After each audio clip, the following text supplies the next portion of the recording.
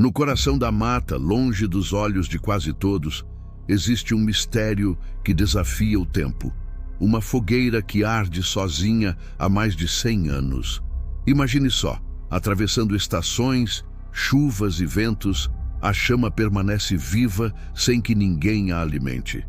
Mas o verdadeiro mistério não é como ela continua acesa, e sim o que se revela em suas chamas. Dizem os poucos corajosos que se aproximaram que, ao encarar o fogo, rostos começam a se formar. Rostos de pessoas que já se foram, guardiões da floresta, ou talvez algo que nem conseguimos explicar. Seriam espíritos?